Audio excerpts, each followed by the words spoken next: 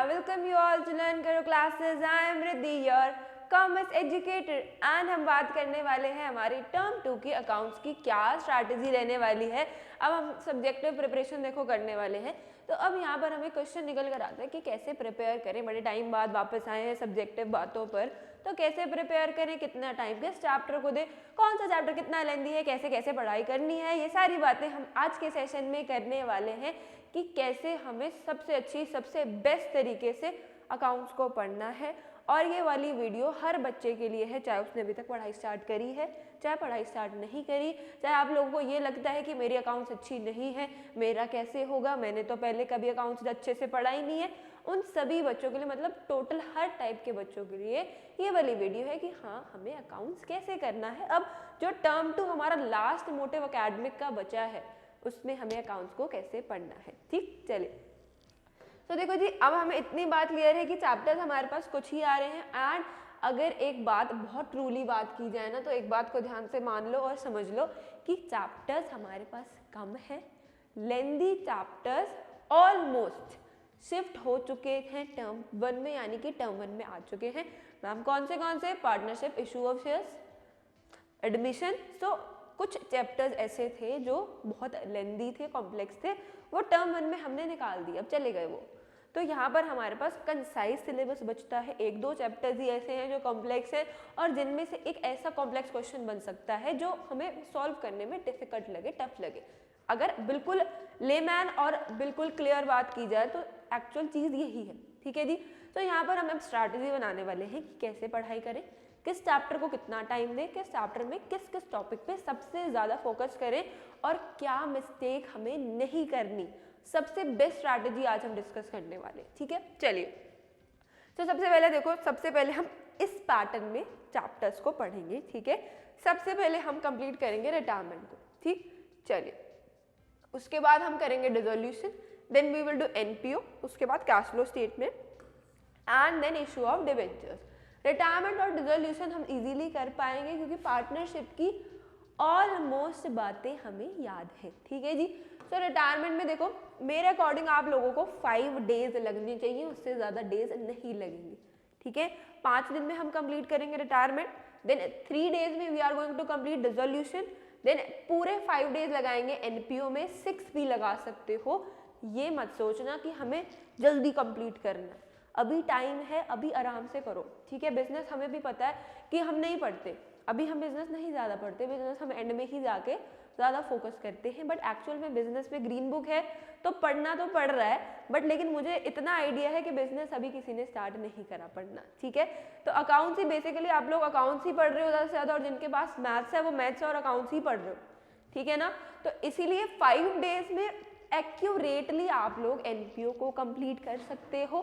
Cash flow को 7 दिन देंगे, पूरे 7 दिन में एक एक क्वेश्चन हो सकता है और बहुत बहुत अच्छे से हो सकता है। ये 2-3 घंटे की पढ़ाई में ही हो सकता है, 2-3 आवर्स की पढ़ाई में ही ये काम हो सकता है, हमें ये बात बहुत क्लियरली पता है। और देन वी विल डू 3 दिन में इशू ऑफ डिबेंचर्स।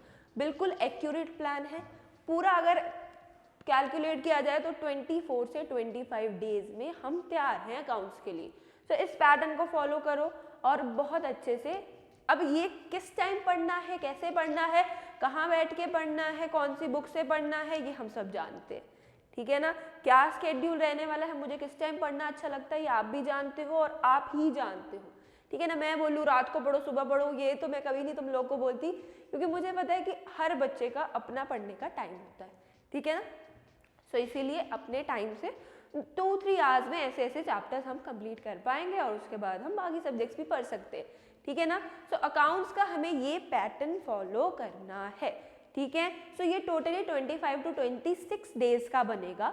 और अगर हमने कुछ बैकलॉग छोड़ दिया या फिर कुछ चैप्टर्स में हमने क्वेश्चन छोड़ दिए तो वो हम मान लो 30 डेज में पूरा कर लेंगे सिलेबस। ठीक है जी, 30 डेज में ये काम पूरा हो जाएगा। उसके बाद हम अपना चल करेंगे, रिविजन करेंगे अच्छे से, बहुत बहुत सारे अलग अलग टाइप्स के क्वेश्चंस कर पाएंगे। ठीक है, चलिए अब यहाँ पर हम बात करते हैं कि अकाउंट्स में ना हर टॉपिक को करने का एक प्रोसीजर होता है। हमें पता नहीं चलता पर एक प्रोसीजर से हम हर टॉपिक को करते हैं। हम अपनी कोचिंग्स में या फिर हम यूट्यूब पे या फिर हम जहाँ से भी पढ़ते हैं एक पैटर्न फॉलो करते हैं। वो पैटर्न क्या फॉलो होता है, सबसे पहले हम समझते हैं कि यार इस टॉपिक में है क्या।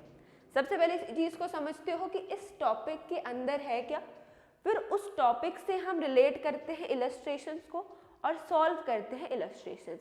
देन उसके बाद हम क्वेश्चन करते हैं, फिर हम वापस नए टॉपिक की अंडरस्टैंडिंग पे आ जाते हैं, फिर इलस्ट्रेशन, फिर क्वेश्चन। यही फॉर्मेट फॉलो होता है। बट कुछ बच्चे यानी कि ऑलमोस्ट 90% या 85% बच्चे क्या कर रहे हैं, अंडरस्टैंड, इलस्ट्रेशन, अंडरस्टैंड, टॉपिक नया स्टार्ट, क्वेश्चन समझा क्या टॉपिक है समझा, इलस्ट्रेशन करी, वापस चले गए। अरे यार क्वेश्चंस पे तो आ जाओ, तभी एक्चुअल परफॉर्मेंस पता चलेगी, क्योंकि इलस्ट्रेशन में कहीं ना कहीं इधर उधर करके हम थोड़ा बहुत देख ही लेते हैं। हर बच्चा ये बात जानता है, हर टीचर ये बात जानता है। तो इसीलिए समझने के बाद, इलस्ट्रेशन से समझने के बाद क्वेश्चंस भी प्रैक्टिस करने हैं। ये अकाउंट्स में टॉपर बनने का सबसे सबसे सबसे बेस्ट एक ही तरीका कि क्वेश्चंस को मत छोड़ा करो। अरे इलस्ट्रेशन कर तो ली मैंने, मुझे तो आ गया, ये वाली ट्रिक नहीं चलेगी। अगर अच्छे मार्क्स चाहिए तो क्वेश्चंस करो, ठीक है ना, क्लियर है ये बात। अब इलस्ट्रेशन से दोबारा नए टॉपिक पे नहीं आना जब तक क्वेश्चंस नहीं कर लेते हम फर्स्ट टॉपिक पे, ठीक है जी, ये बात क्लियर होती है। अब टर्म 2 में हमें कैसे कैसे प्रिपरेशन करनी है, कुछ टिप्स के बारे में बात करेंगे।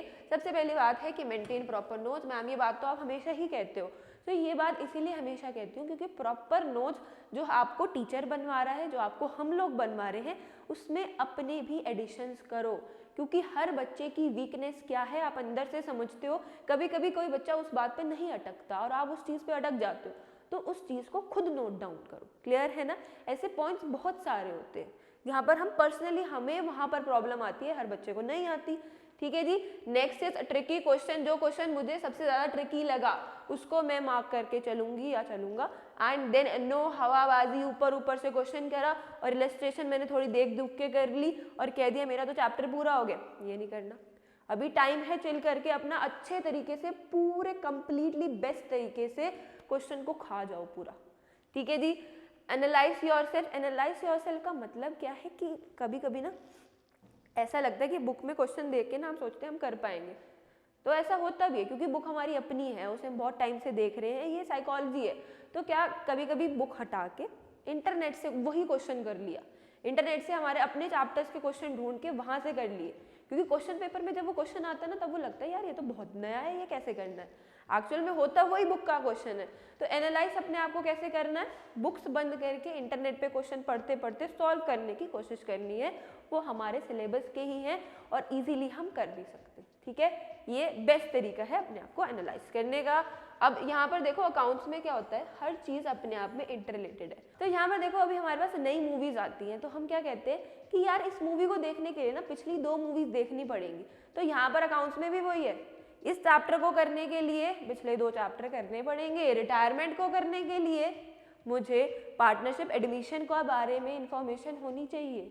सो अकाउंट्स में सब कुछ इंटर रिलेटेड चलता है।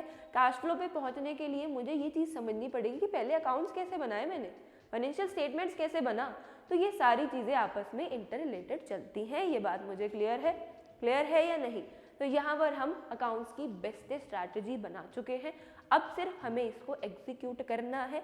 जाकर बहुत बहुत अच्छे से 2-3 घंटे की अपने अकाउंट्स की पढ़ाई रोज मेंटेन रखो और बहुत बहुत अच्छे मार्क्स, हर बच्चा बहुत बहुत इंटेलिजेंट है और बहुत बहुत अच्छे मार्क्स ला सकता है, आई नो।